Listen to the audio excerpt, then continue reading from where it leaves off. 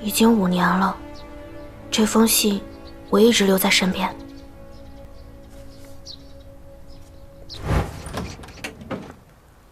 巫医大叔，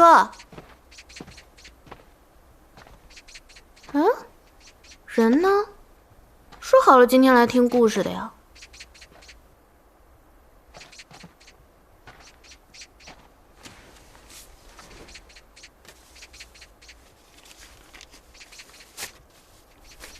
楚楚，我有急事出趟远门，来不及向你当面道别，便在此别过了。你好生学习手艺，相信事在人为，你定能有机会当上仵作。我以为巫医大叔办完事就会回来，但是他一直都没有回来。我从小就认为这世上真的有玉面判官，我想带玉面判官回来。我一直以为只要我能找到玉面判官，就能知道巫医大叔去哪儿了。王爷，我真的就只知道这些了。谢谢你告诉我这些。只知道这些，能找到巫医大叔吗？我一定会找到的。我相信你。楚楚啊，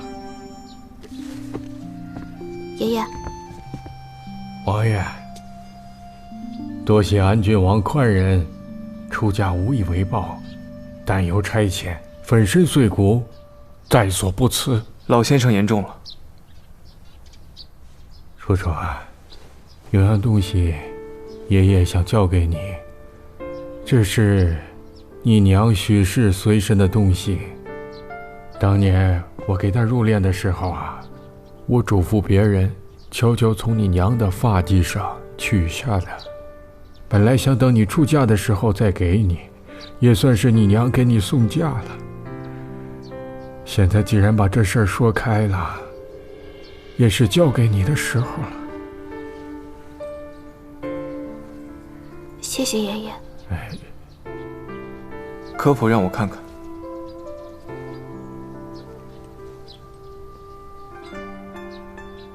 我对你娘的事知道的不多，从前也没有人说起过她。只是那天晚上给你娘入殓的时候啊，我匆忙地见了一面。她人长得俊俏白净，瞧着就是大户人家的夫人，就是瘦了些。想来她夫家早灾之后啊，她一个妇道人家，一定是吃了不少苦。楚楚啊，不管怎么说，你娘怀你好几个月，才有了你的今天。就算是后来她带着你去寻短见，她一定是有过不去的坎儿，你可别怨恨她呀。爷爷，你放心吧，我娘她一路怀着我奔波到这里，一定是想好好生下我的。不管到底发生了什么，我们都当了几个月的母女。以前我不知道，现在我知道了，以后我都会在心里好好记着她的。我家的楚雅都长大了。爷爷，你放心吧。你放心，爷爷放心。楚楚，不知除了这簪子，家中是否还有楚楚母亲其他的遗物？当初许家叮嘱，许氏的东西都要随着许氏下葬。王爷是看出什么了吗？哦，没有，晚辈只是随口一问，老先生莫要放在心上。啊，好，好。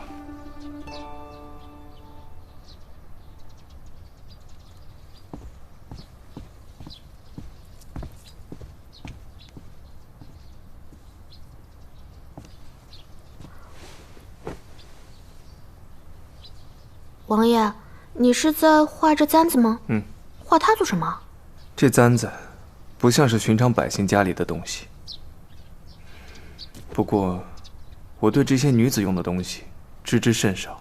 我把它的样式画下来，让经理查一查，兴许能找到你父母身份的线索。我父母的身份？你不想知道你生父是谁？也不想知道他当年遭遇了什么，才使你娘不得不逃难至此吗？我生父，他不是遭了灾吗？王爷，你是在怀疑什么吗？我只是有几分疑虑。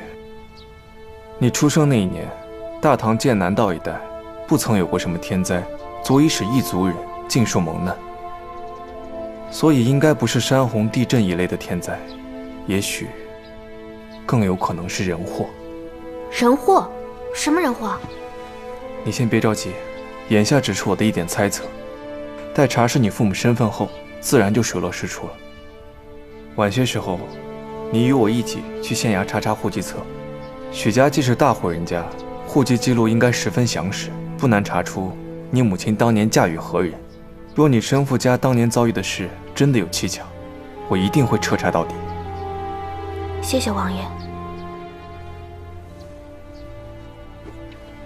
王爷，既然巫医大叔是你的爹，那你知不知道六扇门到底在哪儿？玉面判官到底是谁啊？怎么，才刚进我三法司不久，就惦记着改换门庭，另谋高就了吗？不是，我没有，我是真心想给你当仵作的。玉面判官再好，可他不是你，他从没有说过我是最好的仵作，也没有不顾自己的安危冲进大火里，没有亲手为我做过验尸工具，没有一点都不嫌弃地住进我的家里，像对待亲人一样对待我的家人。我知道这不是一个刑狱官必须为仵作做的，是你特地为我做的。看来日后不能让你跟锦衣、冷月他们厮混了。这才多少时日，就被他们教的脸皮这么厚了。反正我知道你对我好，特别好。王爷，只要你一日还肯留我，我就绝对不会去给别人当仵作的。那还说什么六扇门，什么玉面判官的？我就是好奇，我想知道。我从小就听巫医大叔讲六扇门的故事，要不是因为想要找到玉面判官，想要到六扇门当仵作，我也不会有勇气去长安，也不会遇到你。而且你真的太像玉面判官了。可是你说的也对，我最早听说玉面判官的故事才6岁，可那时你也还是个孩童啊，你不可能是玉面判官的。就算巫医大叔是你爹，他也不会在那个时候就知道你会成为现在这个样子呀，真是太奇怪了。没什么好奇怪的，不过是些阴差阳错的巧合罢了。巧合？我已经仔细读过你给我的手札，其中许多故事我之前都有见过，只不过我看到他们的时候，他们还不是传奇故事，而是真正记录在卷宗中的案件。真的？那这些案子是谁办的？办这些案子的人不就是神捕了吗？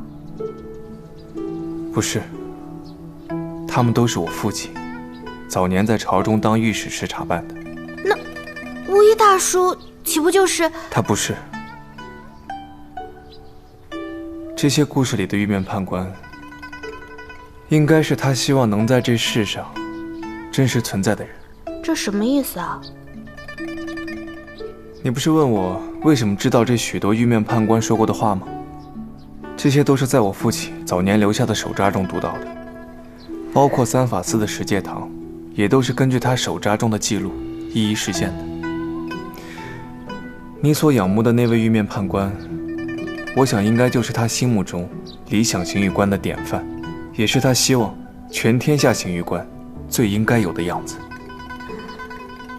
怪不得巫医大叔他跟我说六扇门的故事都是真的，但却从不肯让我去找玉面判官。王爷，在我心里，你就是全天下刑狱官最该有的样子。